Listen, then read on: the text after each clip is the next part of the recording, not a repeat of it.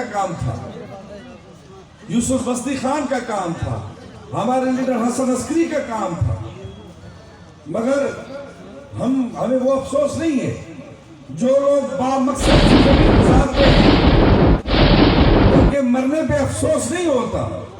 अफसोस उस जिंदगी पे होता है जो जीती नहीं है, जिसका कोई मकसद नहीं होता, उस पे अफसोस होता है। क्योंकि हमारे दूसरे बड़े लीडर ने कहा था, जो लोग अवाम के लिए जीते हैं, जो लोग अवाम के लिए मरते हैं, वो कभी नहीं मरते, क्योंकि अवाम कभी नहीं मरता, अवाम जिंदा रहता है। तो कॉमरेड फानूस गुर्जर आज भी अपने इनकलाब, अपने बाक्सी नजरिए के साथ हमारे साथ हैं, उनका रास्ता हमारे सामने है, हम उसी रास्ते पे इकट्ठे चलते चलेंगे और तमाम अक़वाम के मेहनत कशों को मुनज़्ज़म करेंगे और इस रियासत की साख्तियाती तब्दीली के लिए हम सब कोशिश करते रहेंगे। आजकल क्या हो रहा है, बदअमनी तो है ही है, मगर आजकल हर सूबे से 13-13 लाख 12-12 लाख एकड़ जमीन जो है वो कारपोरेट फार्मिंग के नाम पे हत्या ली जा रही है।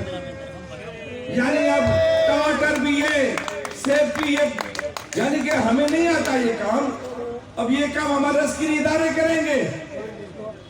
जमीन पे हक उसके काश्त करने वाले का है, जमीन पे हक जेड़ा वावे वो ही खावे।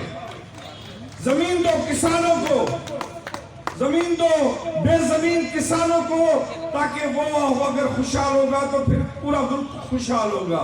मगर वो उनको नहीं चाहिए, वो कतर को देना चाहते हैं, वो यूएई को देना चाहते हैं, मगर मकामी लोगों को जमीन नहीं देना चाहते। अवामी वर्कर्स पार्टी इस लूट खसूट के खिलाफ लड़ेगी, हर इकाई में लड़ेगी, वो हर जगह में जाएगी, मगर उसके लिए मेहनत कशों की तमाम ताकत चाहिए। जिस तरह हमारे लीडर फरजाना बारी ने कहा, ये जो पूरा समाज है एक जिस्म है और इस जिस्म का आधा हिस्सा औरत है, आधी आबादी औरत है। आप मुझे बताएं कि अगर आपका आधा हिस्सा फालिजदा हो जाए तो आप क्या काम कर सकते हैं? कोई काम नहीं कर सकते। क्या आप समझते हैं, क्या आप, हमारा पश्तून समाज ये समझता है कि जो बलोच कौम है वो गैरत में पश्तून कौम से कोई कम है? नहीं।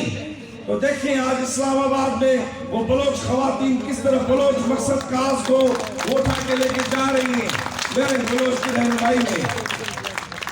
इसीलिए हमें अपनी तमाम तर तवानाइयों के साथ, अपनी माओ बहनों बेटियों के साथ ये जंग लड़नी पड़ेगी और फतेह आखिर में हक की होती है, ना हक की नहीं होती।